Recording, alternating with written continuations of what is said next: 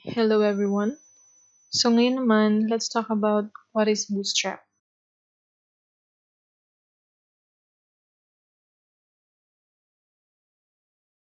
So as you can see, this is the official website of Bootstrap, getbootstrap.com. Dito, may documentation, samples, icon, themes, expo, blog. And you can also download the Bootstrap itself. So there are a lot of process on installing it. Before doing anything, what is Bootstrap? So it quickly design and customize responsive mobile-first sites, the world's most popular font and the most popular front-end open source toolkit, featuring SAS variables and mixins, responsive grid system, extensive pre-built components, and powerful JavaScript plugins. In simpler terms, si Bootstrap ay isang framework wherein may naka-embed na siyang mga styling through CSS and interactivity codes using JavaScript.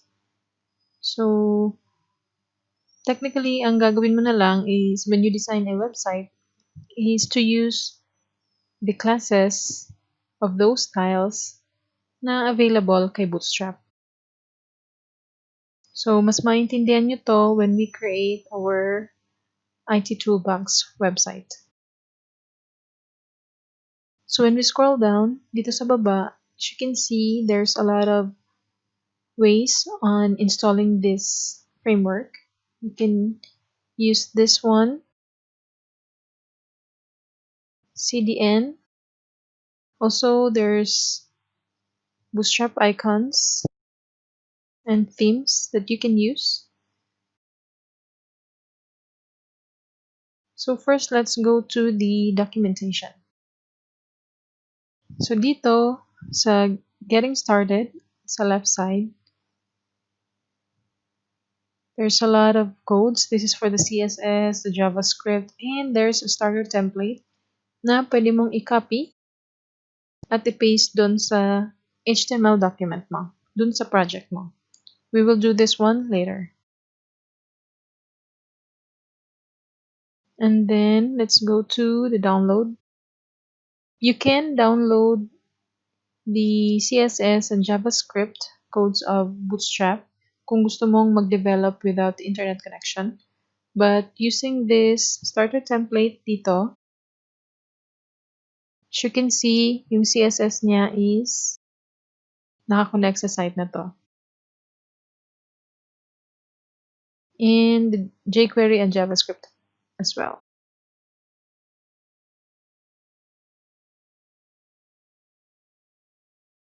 So, again, may choice ka kung gusto mong mag-develop without internet connection.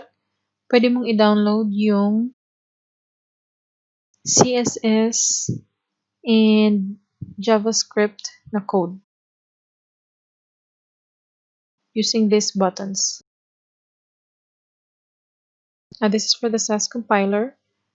You need to download using this button here. So you just have to follow the instructions, where this one doesn't include dependencies on Popper and jQuery. Later, papakita ko sa inyo paano kayo gagawa ng project using Bootstrap without internet connection.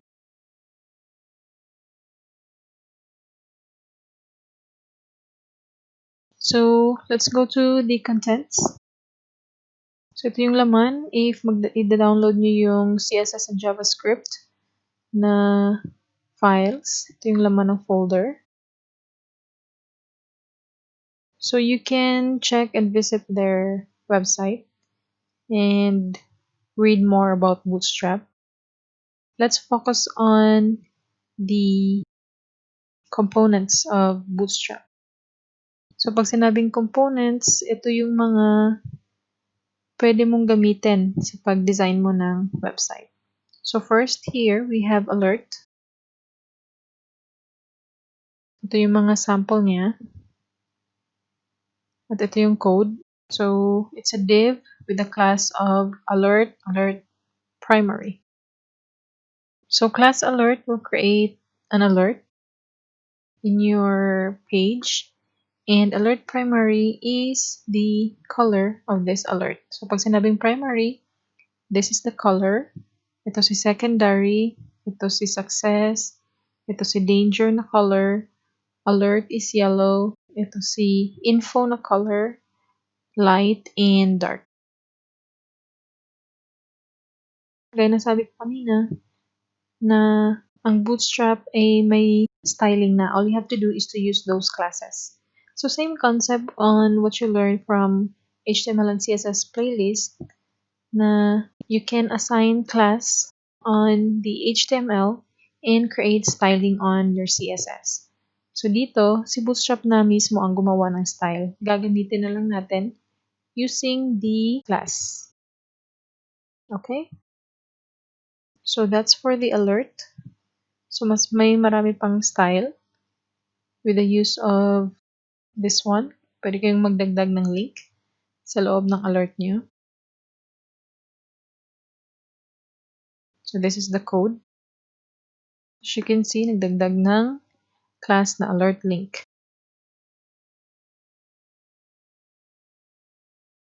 You can also add a close button using this code.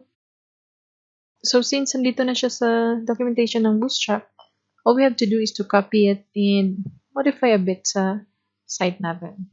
We'll do that when we create our IT Toolbox website. So another component is badge. Ito yung result ng code na to. So this is the badge with the use of the class, this one. So secondary, kaya gray yung color niya. You can also add number on that badge using this code here. So that's for the badge. Another component is breadcrumbs. So ito yung sample ng breadcrumbs and ito yung sample code niya.